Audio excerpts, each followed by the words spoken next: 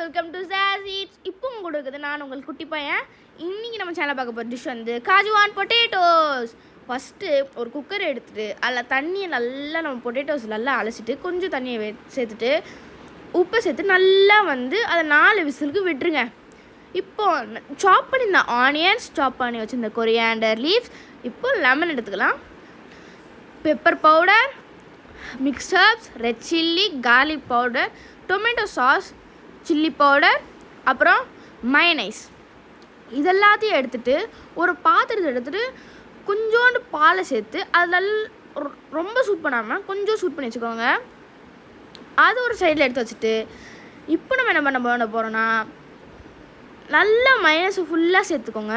சேர்த்ததுக்கப்புறம் உங்களுக்கு தேவையான அளவு பெப்பர் சேர்த்துக்கோங்க. Next 1 table spoon chilli powder சேர்த்துக்கலாம். ஒரு பிஞ்ச் சால்ட் சேர்த்துக்கோங்க. ஃபஸ்ட்டு ஸ்டெப், இப்போ நம்ம வந்து கார்லிக் பவுடர் சேர்த்துக்கலாம். கார்லிக் பவுடர் எல்லாம் சேர்த்துக்கோங்க. சேர்த்ததுக்கப்புறம் நம்மளோட ரெட் சில்லி ஃப்ளேக்ஸ் இருக்குல்ல, அதையும் சேர்த்துக்கலாம். நெக்ஸ்ட்டு சேர்த்ததுக்கப்புறம் நம்மளோட மிக்ஸ்ட் ஹர்ப்ஸை சேர்த்துக்கலாம். இப்போ நம்ம என்ன பண்ண போகிறோம்னா கொஞ்சோண்டு லெமனை ஸ்க்வீஸ் பண்ணிவிட்டு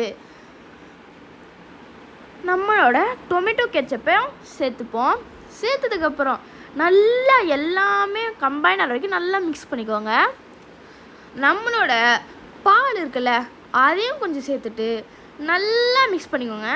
இப்போ நம்மளோட பொட்டேட்டோஸ் இருக்குல்ல, அதை நல்லா ஸ்மாஷ் பண்ணிக்கோங்க. ஒரு பவுலு இல்லை உங்கள்கிட்ட ஸ்மாஷ் இருந்தால் கூட அதை வச்சு கூட ஸ்மாஷ் பண்ணிக்கலாம். இப்போ நீங்கள் நல்லா ஸ்மாஷ் பண்ணிவிட்டு ஒரு பிளேட்டில் எடுத்து இதே மாதிரி எல்லாத்துக்கும் பண்ணிவிட்டு ஒரு பிளேட்டில் எடுத்து ஒரு சைடில் வச்சுருங்க.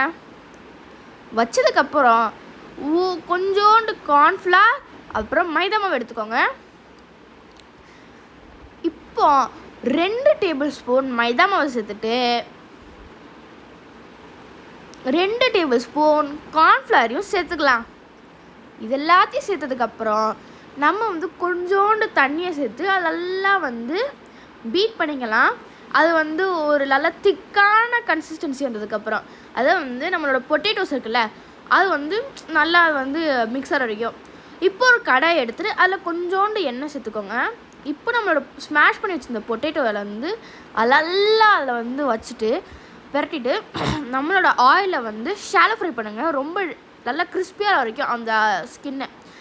இப்போ என்ன பண்ண போகிறோம்னா நம்ம நல்லா ஷாலோ ஃப்ரை பண்ணிவிட்டு நம்மளோட பொட்டேட்டோஸ் இருக்குல்ல, அதை வந்து நம்ம என்ன பண்ண போகிறோன்னா ஒரு சைடில் ஒரு பிளேட்டில் எடுத்து வச்சுருவோம்.